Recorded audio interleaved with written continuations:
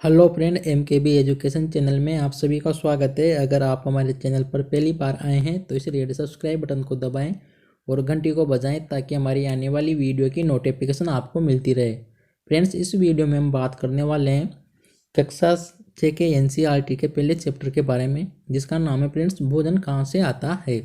तो फ्रेंड्स चलते हैं हम हमारी चैप्टर की ओर। तो फ्रेंड्स हमें भोजन दो स्रोतों से प्राप्त होता है। हमारे जो भोजन के स्रोत हैं फ्रेंड्स वो पादप और जंतु हैं। ठीक है फ्रेंड्स, अब हम बात करेंगे कि हमें पादपों से क्या प्राप्त होता है और पादपों से जो प्राप्त होता है उसका उपयोग हम भोजन के रूप में कैसे करते हैं। ठीक है फ्रेंड्स, तो हमें पादपों से प्राप्त होने वाले स्रोत क्या हैं? गेहूँ, चावल, जो फ्रेंड्स हमें ये पादपों से प्राप्त होते हैं। ठीक है फ्रेंड्स, गेहूँ, चावल, जो हमें पादपों से प्राप्त होते हैं फ्रेंड्स। उसके बाद में हमें जंतुओं से प्राप्त स्रोतों के बारे में जानते हैं। तो फ्रेंड्स कुछ अन्य खाद्य पदार्थ हैं जैसे दूध, अंडा, मुर्गी, मछली, झींगा आदि हमें जंतुओं से प्राप्त होता है। तो हमारे जंतुओं से प्राप्त होने वाले स्रोत हैं फ्रेंड्स दूध, अंडा, मुर्गी, मछली, झींगा। ये फ्रेंड्स हमें कहाँ से प्राप्त होता है? जंतुओं से। ठीक है फ्रेंड्स, जंतुओं से प्राप्त।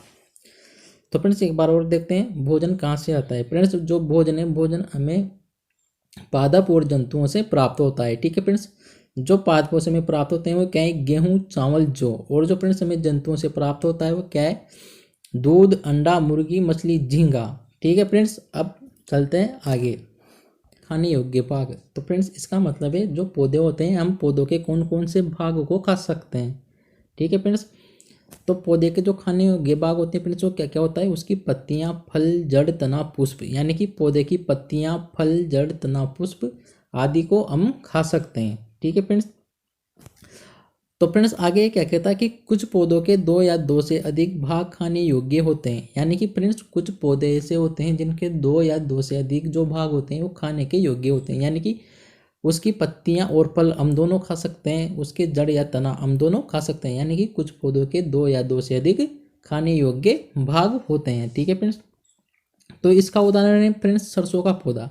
इसका एक उदाहरण क्या है देखते हैं फ्रेंड्स हम। सरसों का पौधा, तो सरसों के पौधे के बारे में फ्रेंड्स क्या है बताया जा रहा है यहाँ पे कि जो सरसों के बीज होते हैं, सरसों के बीज से हमें तेल प्राप्त होता है। जो सरसों के बीज होते हैं, सरसों के बीज से हमें क्या प्राप्त होता है फ्रेंड्स? तेल प्राप्त होता है।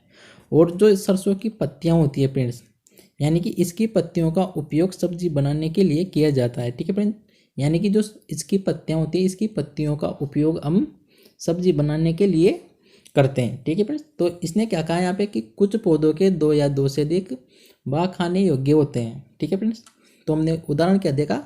सरसों का पौधा। सरसों का पौधा फ्रेंड्स हमने उदाहरण देखा है यहाँ पे। तो जो सरसों के बीज हैं, बीजों का उपयोग किसके यूज में हुआ? तेल बनाने के यूज में। ठीक है, और इसकी पत्तियों का उपयोग किसके लिए किया? हमने सब्जी बनाने के लिए। अब फ्रेंड्स आगे देखते हैं हम।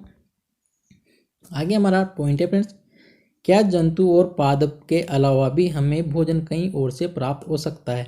तो फ्रेंड्स हमने आगे देखा था कि हमें जो भोजन है, भोजन पादप और जंतुओं से प्राप्त हुआ था। तो फ्रेंड्स ये यहाँ पर कहना चाहता है कि क्या जंतु और पादपों के अलावा भी हमें भोजन कहीं और से प्राप्त हो सकता है? तो फ्रेंड्स देखते हैं कि हमें पादप और जंतुओं के अलावा भी भोजन कहीं और से मिलता है या नहीं मिलता है।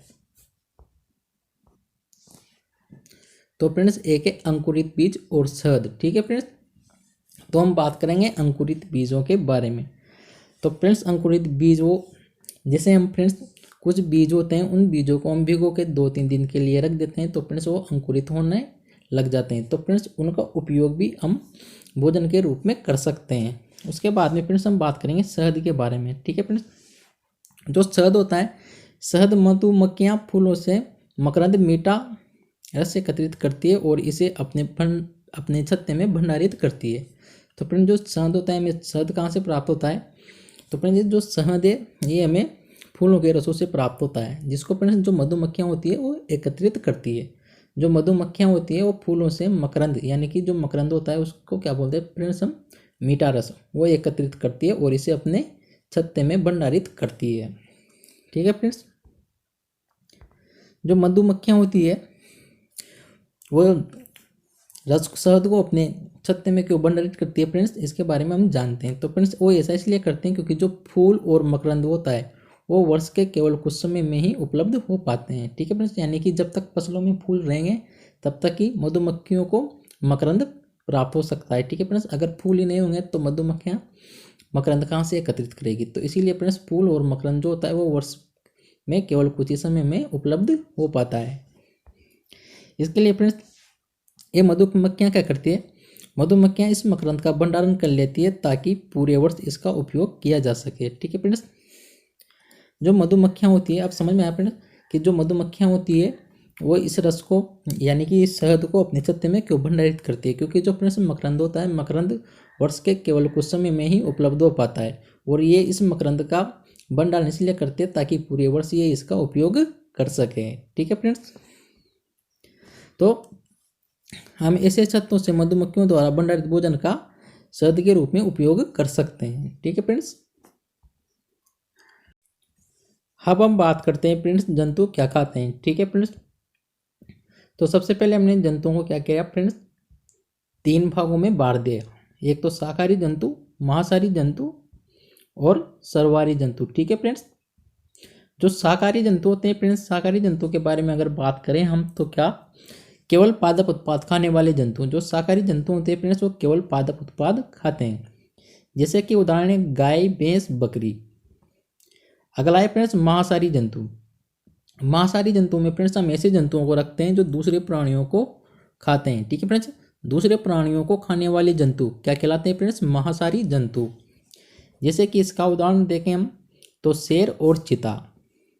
अगला है फ्रेंड्स सर्वाहारी जंतु। तो फ्रेंड्स सर्वाहारी जंतु ऐसे प्राणी जिनका भोजन पौधे और जंतु दोनों ही होते हैं। ठीक है फ्रेंड्स, यानी कि सर्वाहारी जंतुओं में हम ऐसे जंतुओं को रखते हैं जिनका भोजन पादप और जंतु दोनों ही हों।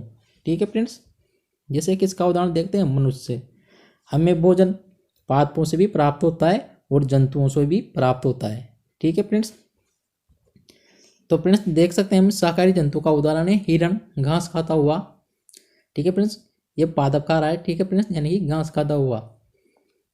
अगला उदाहरण है फ्रेंड्स मांसाहारी जंतु का।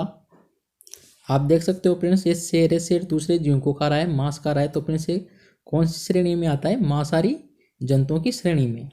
अगला देखते हैं फ्रेंड्स हम सर्वाहारी जंतु। तो फ्रेंड्स सर्वाहारी जंतुओं में कुत्ता, बिल्ली, मनुष्य, कौवा, मुर्गा, मुर्गी जो भी है फ्रेंड्स आप देख सकते हैं इस डायग्राम में, वीडियो को पॉज करके। ये सब फ्रेंड्स सर्वाहारी जंतुओं की श्रेणी में आते हैं। ठीक है फ्रेंड्स, अगर आपको वीडियो अच्छी लगी हो तो लाइक करें, कमेंट करें, शेयर करें ताकि हमें मोटिवेशन मिलता रहे और आपके लिए ऐसी वीडियो हम बनाते रहें। Thank you friends.